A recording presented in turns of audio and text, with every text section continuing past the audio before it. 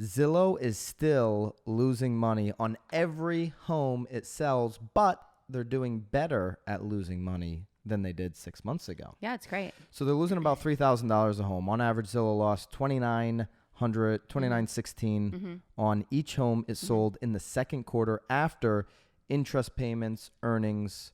This is according to the data. It sounds like where they're losing the money, though, if you do read the article, is mostly in the loans that they're carrying for that. So really more of like the soft costs. They still lost money before that. Well, well, maybe a little.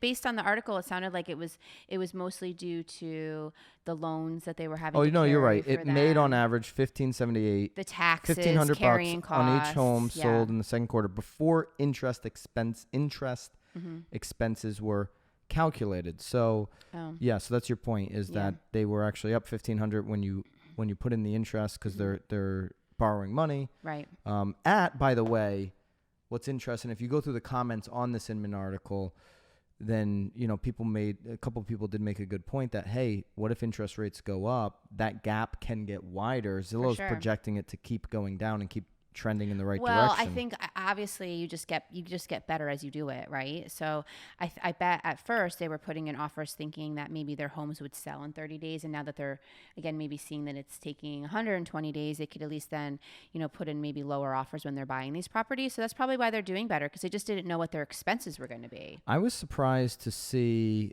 the average price of these homes, $286,000 per home in the second quarter. I thought that was a little bit higher than the price point that I imagined Zillow being, a real option for people in this situation. Yeah, but you got to keep in mind, like, they're out of Seattle, so, right? Well, the headquarters, the Zillow. Well, how many spots are they doing it? They're doing it in most major cities. It's not like they're hanging out here in, like, little Guilford. By 2020, they're going to be into 26 different markets. They're in 20 markets, I think, currently, but definitely 26 by 2020.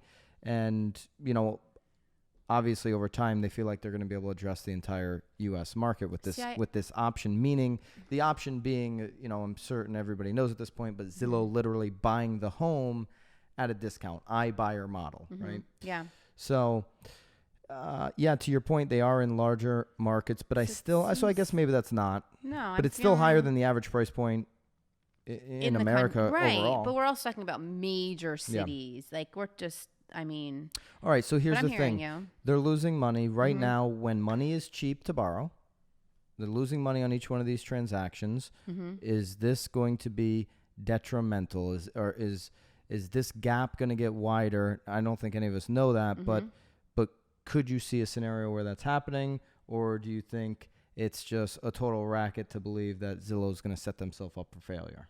Oh, I think it's a total racket that they're going to set themselves up for failure. Yeah. They're going to figure it out. They're just, again, I think that they're still just figuring out their numbers, figuring out what their soft costs are.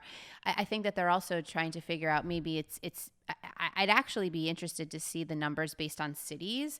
Like, but it sounds like all of them are losing, but then they're giving you an average. So I'm curious where they're losing more. In this article, we don't see it. Maybe we could see that on the earnings report. Yeah.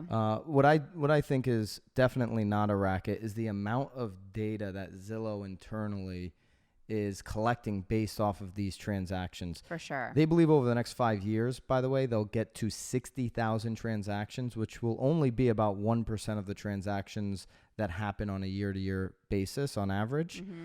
They think they'll get there in 5 years. But they're collecting a ton of data.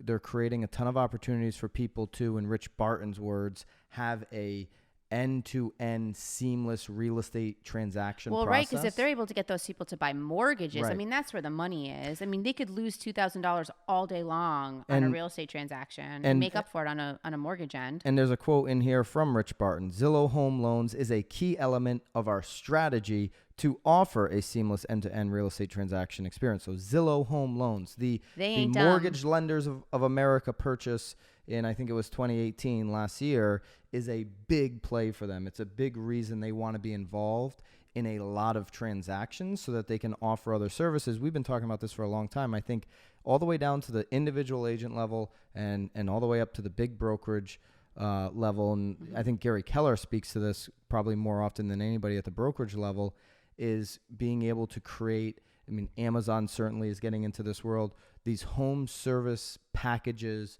or basically customer for life in their home maintenance and ownership needs through basically being involved in the transaction from the start, right? So then through whether it's AI or just tech or just offering them the best experience, being the go-to option for them to service the home. If Zillow starts to put, okay, mortgages is an obvious, and brokerages have been doing that traditionally. I mean, Zillow's basically becoming kind of a brokerage, right? But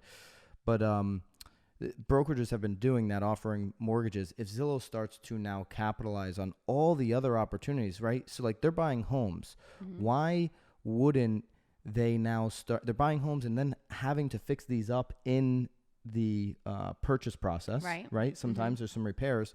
Why wouldn't they go out and put together some type of a national construction contractor type of service? Well, they should. I mean, they should own their own contractors. They should be in control of their own contractors, because that's the only way for them to keep their costs down there. I think there's a lot of plays that we're not taking into account. It's easy when you go through the comments. People are like, somebody posted the Titanic ship sinking. They put a link up to YouTube of the Titanic, the movie, saying, oh, Zillow's just this big ship that is sinking. They're losing money. As the market softens, this is going to get worse for them. I don't believe that. I think they're collecting a ton of data, and they're going to be able to go into a number of different directions, some of which can be really scary if you're an agent out there not building your own brand. And some of it, to me, is just obvious, like getting into whether it's construction or the mortgage, multiple flows of income around the transaction. I think losing $2,900 now is, I mean, heck, I think if you ask Zillow, would you pay $3,000 to get basically all of the data from a transaction? I think they do that over and over and over again right now as they're in this race for data. So of course, they're not dumb. Yeah, I don't think it's a racket that they're losing money, and I don't think they'll lose money on this process overall. When you factor they definitely in have a big for a long term. They have a big picture. They have a big picture here.